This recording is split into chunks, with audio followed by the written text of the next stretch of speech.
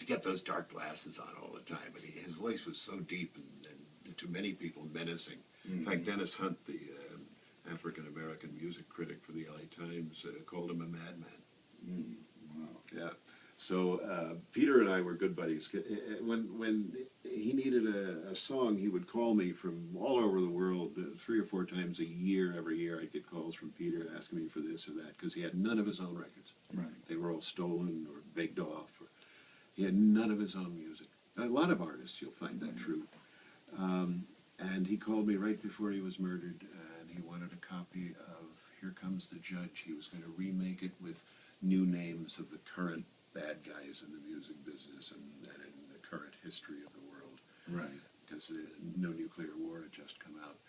But he was so much fun to be around. Mm-hmm. And you don't see that in the interviews, because he rarely let that slip when the camera was rolling. Right. And nobody could deconstruct the language better than Peter. But I had this one wonderful experience with him where Charlie Comer called me up. Charlie Comer was one of the behind-the-scenes people who made Bob Marley and made Peter Tosh. He was a florid-faced Liverpool Irishman who worked with Brian Epstein before Epstein found the Beatles. Oh, okay. Charlie was in the helicopter going into Shea Stadium with the Beatles. Oh, wow. And he worked for Mick Jagger and John Lennon in the 70s. He was Bob's publicist. Okay. And that's how we met. And then in the 80s, he was Peter's, and he adored Peter. And he called me up in September of '79, month before the Reggae Beat started. And I just started to write my first reggae journalism for a magazine called Reggae News that Warren Smith was publishing. Warren does the Sierra Nevada World Music Festival. Right. And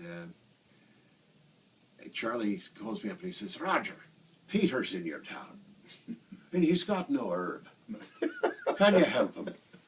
And I go, "Well, Charlie, as a matter of fact, I've just come back from a plantation in Santa Cruz, and a friend of mine grew a bunch of 16-footers, and I have 2 colas from the tops of the plants. I'll be glad to help Peter." So he told me he was at the Sunset Marquee in his room, and he says, "I'll call Peter and tell him to expect you." So Mary, my wife, put beautiful wrapping paper around this cola. It was almost 2 feet long and around, about that big around. And she put red, gold, and green ribbons around it, and we go off to the Sunset Marquee, and we knock on the door, and he's got a chain on the door, and he opens the door a little bit, and I'm standing there with this thing in my hands. He says, "Oh, what up?" And I said, "That's a gift to you from the herbalists of Southern California, Bush Doctor."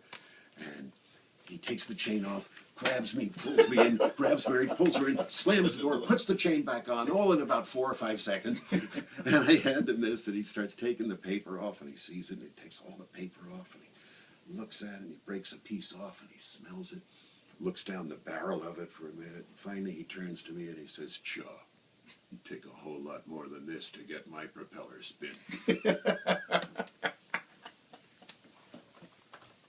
I didn't mean to insult you, Bush Doctor. I'm so sorry. But he didn't give it back. He didn't give it back. No, he didn't give it back.